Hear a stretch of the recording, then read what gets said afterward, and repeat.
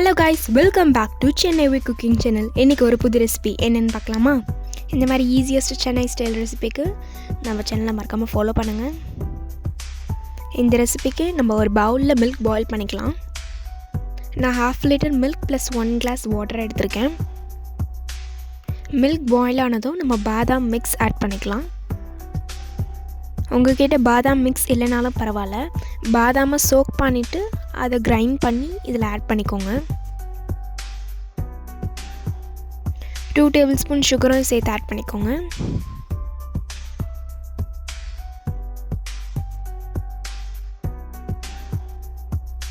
இதை மிக்ஸ் பண்ணிவிட்டு விட்டுருங்க. கரெக்டாக 3 to 4 மினிட்ஸில் இது ரெடி ஆகிடும்.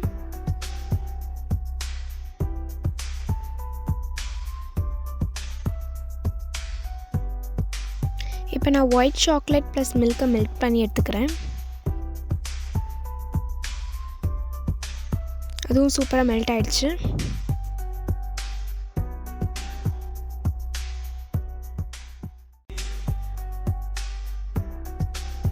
இப்போ நமக்கு இந்த பாதாம் மிக்ஸும் ரெடி ஆகிடுச்சு. ரெண்டுத்தையும் ஆற வச்சுக்கலாம்.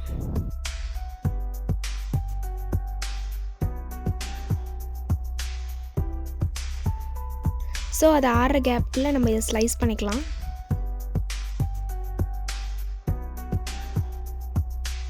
இந்த மாதிரி ப்ரெட்டோட கார்னர்ஸ் மட்டும் ஸ்லைஸ் பண்ணி எடுத்துக்கோங்க.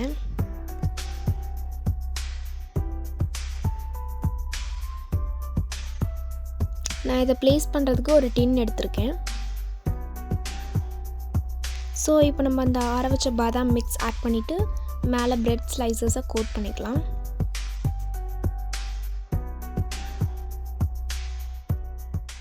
இந்த மாதிரி ஃபுல்லாக ஃபில் ஆகிற மாதிரி நீங்கள் ப்ரெட்டை அரேஞ்ச் பண்ணிக்கோங்க.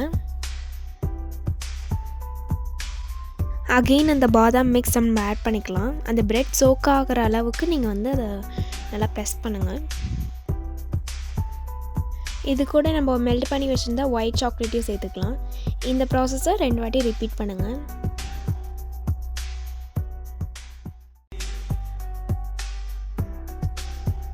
சப்போஸ் உங்கள்கிட்ட ஒயிட் சாக்லேட் இல்லைன்னா ஃப்ரெஷ் க்ரீமையும் கண்டென்ஸ் மில்க்கையும் மிக்ஸ் பண்ணிவிட்டு ஆட் பண்ணிக்கோங்க.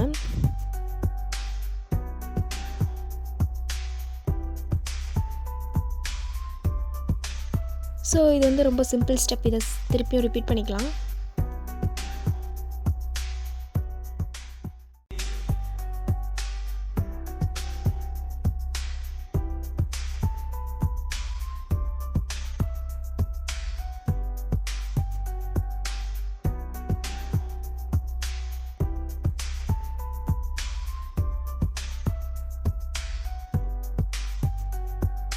மேலே பாதாம் ஸ்ப்ரிங்கிள் பண்ணிக்கலாம். நீங்கள் நட்ஸ் கூட சேர்த்துக்கலாம்.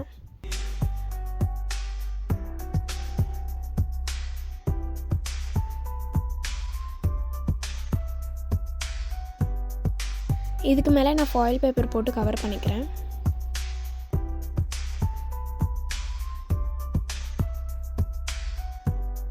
கவர் பண்ணிவிட்டு நம்ம 1 hour போல் ஃப்ரீஸ் பண்ணி எடுத்துக்கலாம்.